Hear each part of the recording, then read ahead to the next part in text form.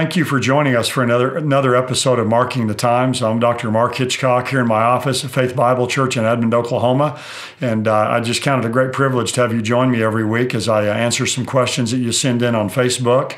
And I've been getting a few good ones. I'm going to answer some of those in the days ahead.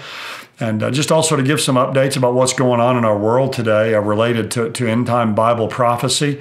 A couple of house cleaning things before we get going here today. One is, I mentioned this, I think, last time, but April 22nd, the day after Easter, I'm going to have a discussion on the radio with Michael Brown. His ministry is called In the Line of Fire, or it's called Ask Dr. Brown. So you can probably get online and watch that somewhere and listen to that live stream. It'll be at 2 o'clock Central Time. So we're going to talk about the pre-trib rapture. He believes in the post-tribulation timing of the rapture. I'm pre-trib. So we're going to discuss that. We have another discussion of it scheduled later, but that'll be on April the 22nd. Also, another point is I got a question this week that I've answered. I've been getting a lot of questions now I've already answered. One of them I mentioned last week was the two witnesses. You can go back in the archives and find a one on that. But I got this question again I've get many times where a lady says her pastor says that if a person hears the gospel before the rapture and rejects the gospel, they can't be saved after that. And I've addressed that now a couple of times fairly in depth. So if you want to go back in the archives and look, I think you can find with the titles that are there of what the topic is of the Marking the Times. I think you'll be able to find that and watch that. So that's an important topic. I get asked about that a lot. I know I've answered at least a couple of times. What I want to talk about here today, though, just for a moment, is the re-election of Benjamin Netanyahu as prime minister in Israel. Pretty shocking. A lot of the polls show that he was going to lose, kind of the same thing that happened here in our country with Donald Trump. The polls seem to be off in more places than just one. But he was elected to his fifth term as prime minister. He was elected first back in 1996, won by a razor's edge. And then he didn't win for a few times. Ehud Barak was the prime minister. Even within his own party, the Likud party, Ariel Sharon was elected. But this is the fourth consecutive term now for Benjamin Netanyahu, or the man who's known as Bibi.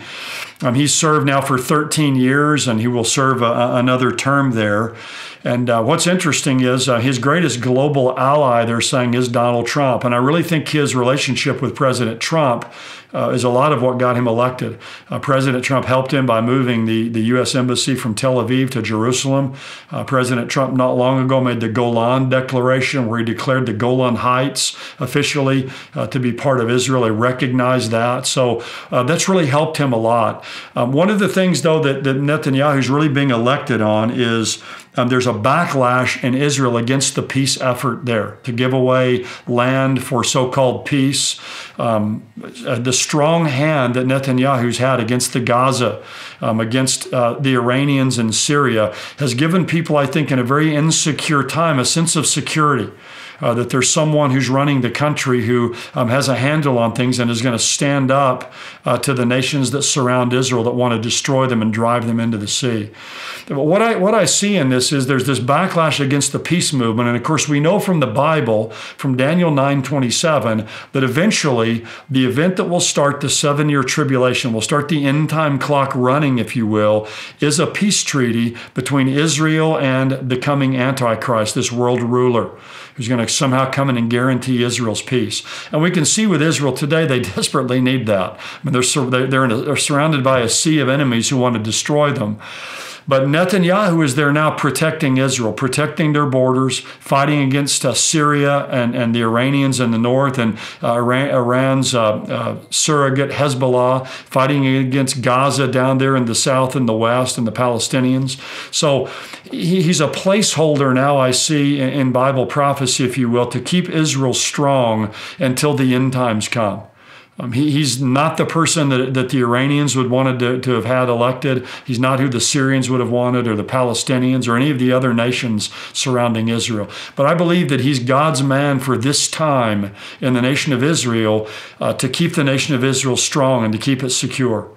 But we know that eventually what will happen is the nation of Israel will be duped into entering into, again, another peace agreement. A peace agreement, though, this time will be with the Antichrist. And it'll go well for 3.5 years. In the middle of that time, he will break that. And then that's when the Jewish people will begin their final persecution before the second coming of Christ. But we know that God raises up leaders, he brings them down. So we know that Benjamin Netanyahu is God's man. But I think we can see that even in the conditions that we see in the world today, how he's the one really over there that's kind of pushing aside these ideas, these really futile ideas of land for peace or negotiating with their neighbors from some weak hand. And really, it's the same thing we see in America today. That's why people voted for Donald Trump. They're tired of appeasing enemies. They're tired of our country kind of being run over, and people want someone who's strong. And so I think in these times in which we live, that's what's happening. And ultimately, the world is going to turn someday to the ultimate strong man, who's the Antichrist, who's going to come in a time of chaos to try to bring some type of peace out of the confusion that's in the world. So what we see happening here is significant, I think, for Israel's future, for what we see in Bible prophecy. And we'll keep watching what's happening over there in the Middle East. We're going to be over there a little less than a year from now again, and I know I'll bring you back some reports from that. But thank you for joining us. Next week, what I want to do is answer a really good question I got about Easter, about Jesus' resurrection. That'll be very fitting. Next week is Holy Week, so we will answer that question next time. I think it's a question you really enjoy and appreciate the answer to. Thank you again for joining us. God bless you, and have a good week.